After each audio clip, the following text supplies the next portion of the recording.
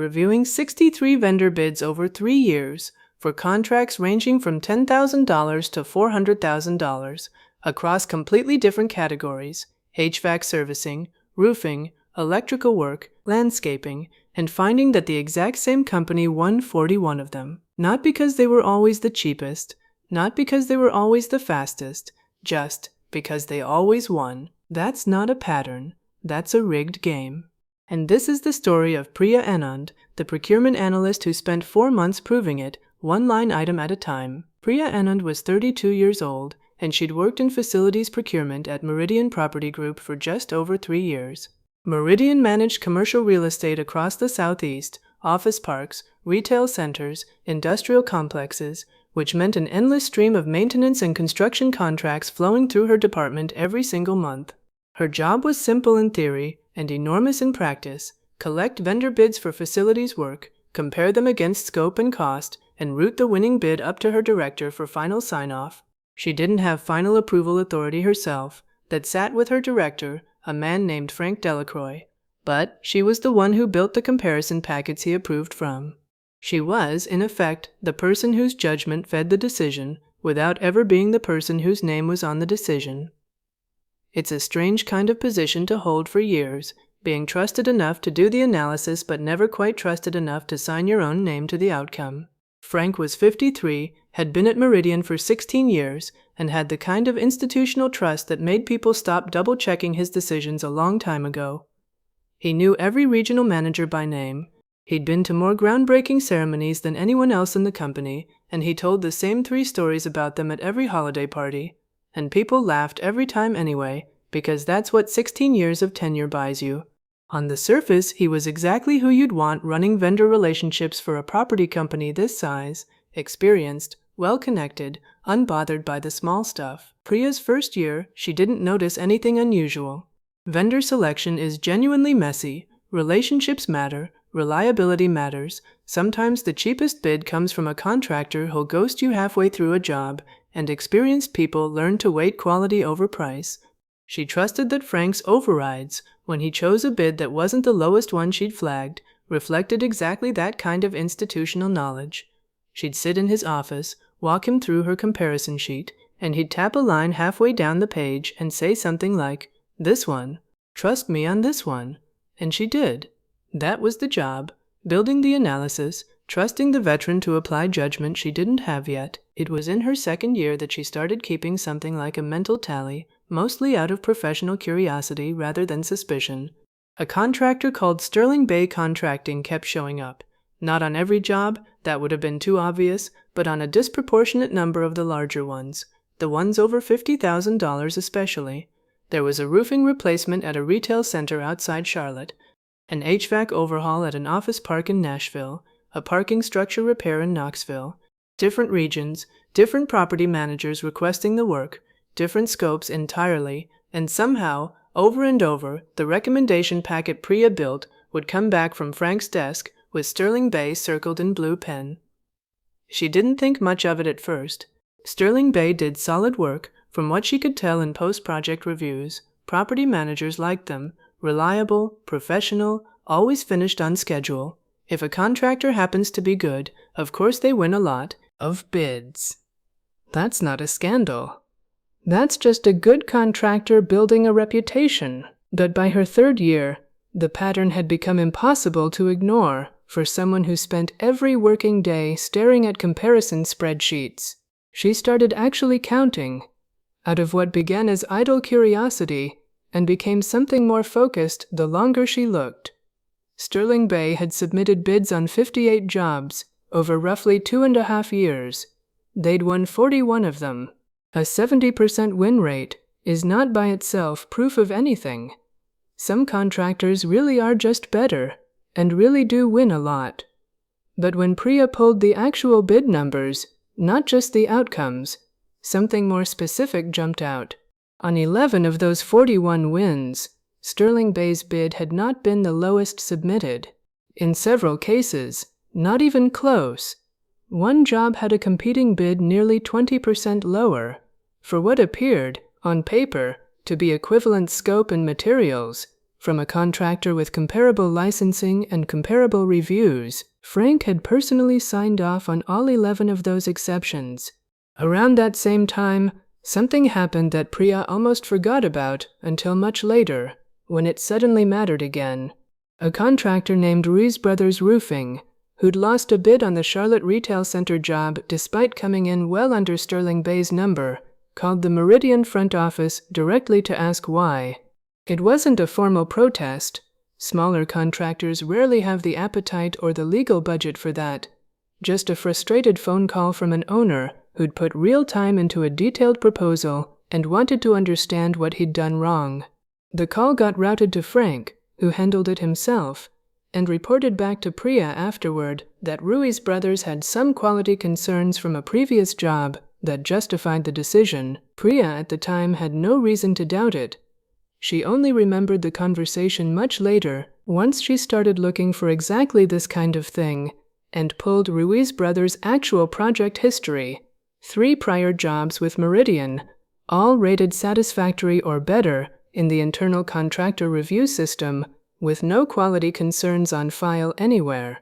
Frank had made it up, on the spot, confident enough that nobody would ever check.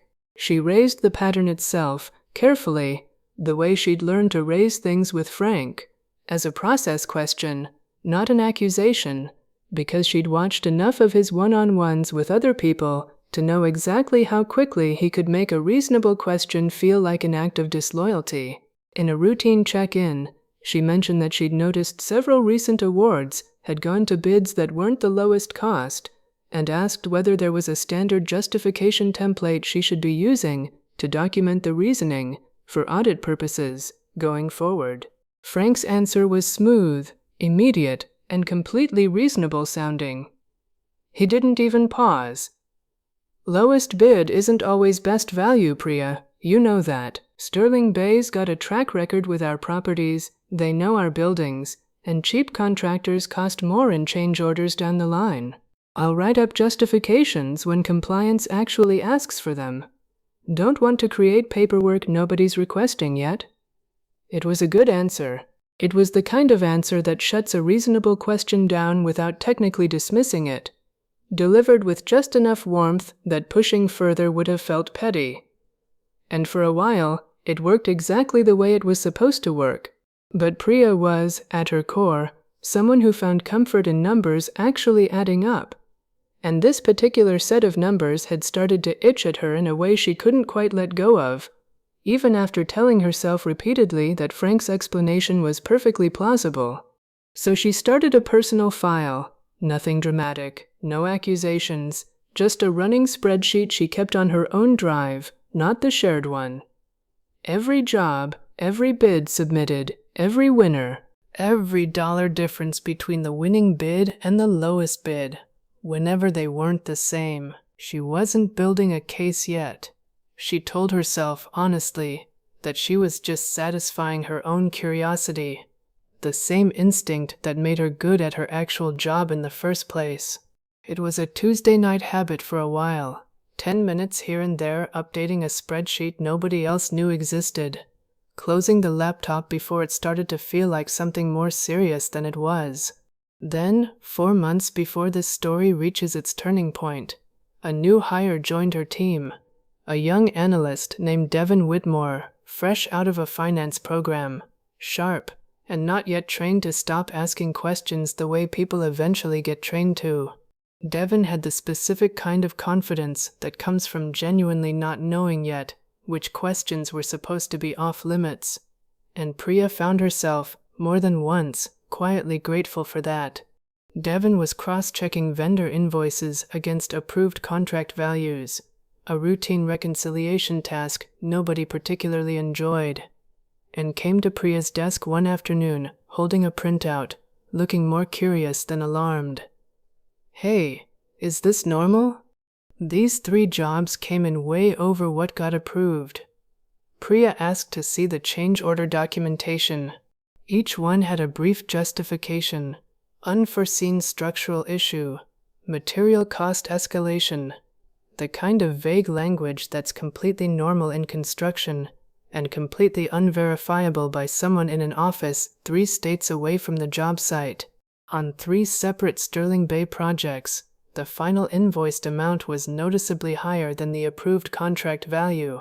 Change orders, technically, all individually signed off by Frank, but adding up, across just those 3 jobs, to almost $90,000 above the original bid. It happens sometimes, Priya told him, and heard how unconvinced she sounded even as she said it. But let me look into it properly. That was the moment the curiosity turned into something else. Over the following weeks, Priya built out her personal spreadsheet properly, treating it exactly like the professional deliverables she built for a living. The same formatting, the same rigor, the same instinct to double-check every number twice before trusting it. Every Sterling Bay contract, original bid value, final invoiced value, dollar and percentage variance. The pattern, once she laid it out cleanly, was staggering. Across 41 contracts, Sterling Bay had submitted change orders on 33 of them. Average overage, 14% above the original approved bid. On the largest contracts, the ones over $200,000, the overage climbed even higher, sometimes past 20%. She calculated the total, checking her formulas 3 times, because the number felt too large to trust on the first pass. $1.4 million in cumulative overage across 3 years, every dollar of it approved by Frank, on a vendor Frank himself had repeatedly chosen over lower competing bids. She still didn't have proof of anything beyond a very suspicious pattern. Suspicious isn't the same as provable, and she knew, better than most, because she'd watched it happen to her own first question, that a pattern alone, brought to the wrong person the wrong way, would get explained away exactly the way Frank had explained away everything so far. Smoothly, reasonably, and permanently, with her own credibility quietly diminished in the process for having raised it, so she looked for something harder to explain away. She pulled Sterling Bay's business registration, a routine public records search, the same kind of due diligence procurement teams are technically supposed to run on major vendors anyway, which gave her a clean professional justification for even looking. Sterling Bay Contracting had been registered 5 years earlier. The registered agent was a name she didn't recognize, a local attorney who, as far as she could tell, registered small businesses for a living and had no other connection to anything. But the registered address, when she looked it up through the state's business filing database, turned out to be a residential property, not a commercial one. And property tax records, also public, showed that property was owned by a trust. The trustee listed on that filing was a name she did recognize, Delacroix. Not Frank's name exactly, his wife's. A family trust holding a residential property that happened to be the registered address of the company that had been quietly outperforming every competitor for 3 straight years, every single time Frank had final say. She sat with that discovery for several days before deciding what to do with it, running it over in her head during her commute, during dinner, lying awake longer than she wanted to admit. She mentioned it once, in the vaguest possible terms, to her older sister over the phone. Not the specifics, not the name, just that she'd found something at work that might be a serious problem, and that she wasn't sure yet whether to say anything. Her sister, who worked in healthcare compliance and had seen her own share of internal investigations, gave her one piece of advice that stuck with her for the rest of the process. Don't bring them a suspicion, bring them a file. The difference between those 2 things is the difference between being taken seriously and being quietly managed out the door. Priya turned that sentence over for days afterward, and it became, more or less, the operating principle for everything she did next. It was one thing to suspect favoritism. It was an entirely different thing to be looking, however carefully and however factually, at what appeared to be evidence that her director's own household had a financial stake in a company he kept awarding contracts to. Because here's what Priya understood clearly, the same way most careful people in her position eventually understand it. A pattern of overpaid contracts is a legitimate business concern, the kind of thing you can raise through normal channels and expect a normal response to. A pattern of overpaid contracts connected by a property trust to your director's own household is a completely different category of problem, and bringing it forward carelessly could end her career just as easily as it could end his if she got any detail wrong or moved too early, or let anyone see her digging before she was ready. She spent 3 more weeks making the file airtight, working mostly at night, mostly alone, telling no one, not even Devon, exactly how far she'd taken it. She verified the property records through 2 independent sources, the county assessor's site and a separate title search, just to make sure she wasn't building an entire case on a data entry error somewhere. She built a clean timeline correlating every large Sterling Bay award with Frank's specific sign-off, removing any ambiguity about who had made each decision, pulling the actual approval logs rather than relying on memory or assumption. She calculated, conservatively, the difference between what Meridian had paid Sterling Bay and what the next lowest qualified bidder would have cost on the same 11 contracts where Sterling Bay hadn't been cheapest to begin with, nearly $300,000 in avoidable overpayment on those contracts alone, before even counting the change order pattern layered on top. There was one moment, about 2 weeks into this final push, that came closer than she liked to unraveling everything.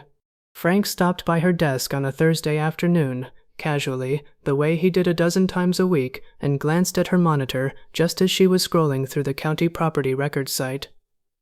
"What you working on?" he asked, in the same friendly tone he used for everything. "Due diligence refresh on a couple of our recurring vendors," she said, which was, technically, entirely true. "Compliance likes us to re-verify registrations periodically." "Good thinking," Frank said, and moved on toward the break room, apparently satisfied, apparently suspecting nothing at all. Priya sat very still for a moment after he left, heart going faster than she wanted to admit, and then quietly closed the tab and went back to work like nothing had happened. And she made one more decision that mattered more than she initially realized. She looped Devon in properly, formally, giving him full and specific credit for the invoice discrepancy that had actually started the deeper investigation, rather than folding his discovery quietly into her own narrative the way it would have been easy to do. Not because she had to, because it was true, and because she'd learned enough from watching Frank operate to understand, very clearly, that the version of leadership worth becoming was the version that didn't need to take credit that belonged to someone else. When the file was finished, Priya requested a meeting with Meridian's chief compliance officer directly, a man named Walter Kim, who she'd met exactly twice before, both times in mandatory annual training sessions, someone she barely knew, but had always found precise and unemotional in exactly the way this situation required. She sent one line ahead of time. "I have documentation of a vendor procurement pattern I believe requires compliance review before any further contracts with this vendor are approved.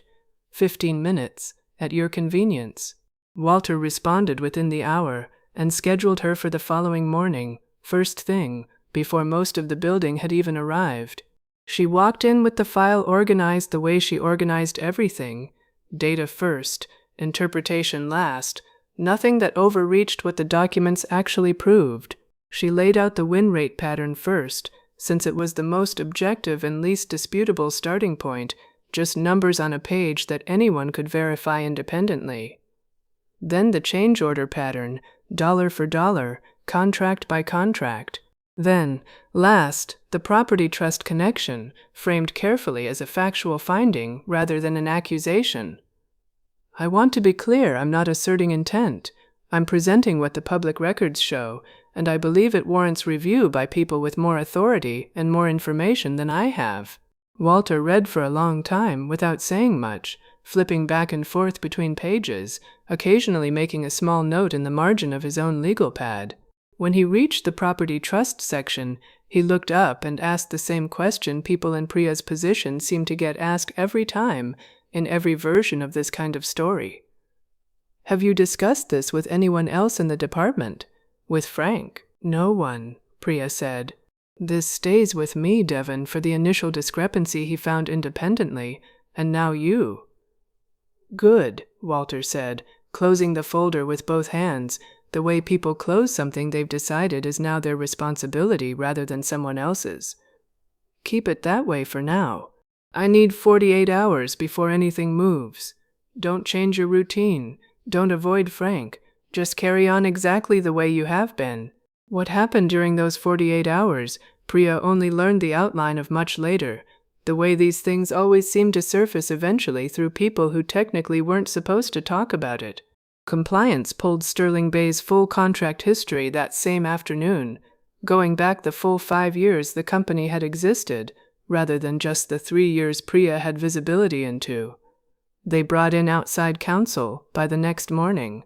They subpoenaed banking records tied to the trust once general counsel signed off on the process, and found what Priya had suspected, but had been careful never to claim outright, a pattern of transfers from Sterling Bay's business account into the trust, timed consistently within days of major contract payments. Clearing, small enough individually to avoid obvious scrutiny, large enough cumulatively to be unmistakable once someone with subpoena power actually went looking.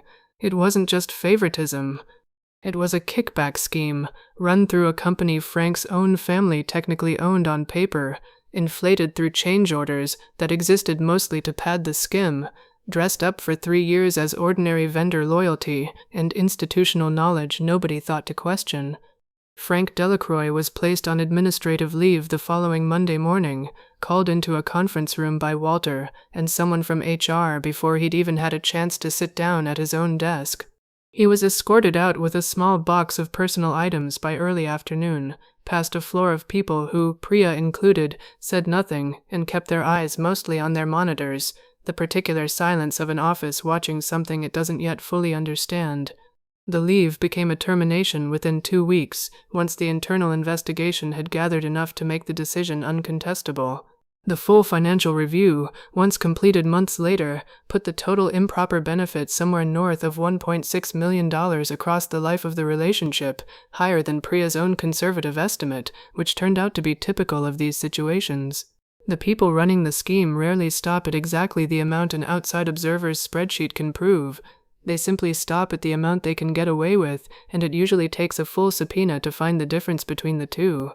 Meridian terminated its contract with Sterling Bay immediately and pursued civil recovery, in addition to referring the matter to state prosecutors for the kickback structure itself. Frank's case moved slowly through the legal system, as these things do, but eventually resolved in a plea agreement involving substantial restitution and the end of any future role in facilities management or property services anywhere in the industry that mattered. Priya was not, contrary to what she half expected during those first anxious weeks, treated with suspicion for having found this. Walter made a deliberate point of telling senior leadership exactly how the investigation had started, and exactly whose careful, methodical work had made it provable rather than just suspected. In a department meeting a few weeks after Frank's departure, the interim director stood up and said, plainly, in front of the whole team, that the entire investigation existed because one analyst had trusted a spreadsheet over a comfortable explanation, and that the company owed her more than a thank you for it. She was promoted into a newly created senior procurement analyst role, with expanded authority over vendor compliance review, reporting directly into Walter's department rather than back through facilities leadership, a structural change the company made specifically so that a future Priya, if one was ever needed again, wouldn't have to route serious concerns back through the very person those concerns might eventually turn out to be about. Devon was promoted too, 6 months later, once his own growing track record justified it on its own merits, not as an afterthought to Priya's story, but as its own separate earned outcome. He liked to joke, later, that finding 3 overpriced invoices was the most consequential thing he'd ever done by accident, and that he was still waiting to find out what he might do on purpose. One afternoon, a few months into her new role, Priya sat down with a group of new procurement hires to walk them through the department's revised bidding process, mandatory second reviewer sign-off on any award that didn't go to the lowest qualified bid, a standing quarterly audit of vendor registration and ownership records, and a formal, protected channel for flagging exactly the kind of pattern she'd once had to build entirely on her own time, with no guidance and no protection, hopin', she wouldn't be wrong. One of the new hires asked, half joking, whether all this new process was really necessary, or whether it was overkill for what was, after all, mostly HVAC contracts and roofing jobs. Priya thought about Ruiz Brothers and the $90,000 in change orders that started everything, and the residential address that turned out to hold a trust with her director's wife's name on it. "It's necessary," she said. "Every single piece of it existed because somebody figured out exactly how much they could get away with for exactly as long as nobody checked. The process isn't there because we don't trust people. It's there because trust isn't a substitute for verification, and it took the company a long time and a lot of money to learn that the easy way should have been good enough the first time." Priya still keeps a personal file on every major vendor relationship she oversees now, not out of suspicion exactly, but because she learned, the expensive way, that patterns which look explainable in isolation sometimes aren't explainable at all once you actually lay every instance side by side and let the numbers speak without anyone's smooth, reasonable voice standing in front of them, softening the outline before you've had a chance to really look at it. She says, when people ask her about it now, that the hardest part was never actually finding the pattern. Numbers are numbers, and numbers don't lie, and if you're patient enough and careful enough, they eventually tell you exactly what happened. The hardest part was trusting herself long enough, through months of a director confidently explaining away every question, to keep looking anyway, quietly, without proof, without support, without knowing yet whether the itch in the back of her mind was instinct or paranoia. It turned out to be instinct. It usually is. If you've ever had a nagging feeling that something in front of you didn't quite add up, and someone confident enough talked you out of trusting your own instincts about it, trust the instinct next time. The people most invested in you not looking closer are usually the ones with the most reason to worry about what you'd find. Keep your spreadsheet. Keep your receipts.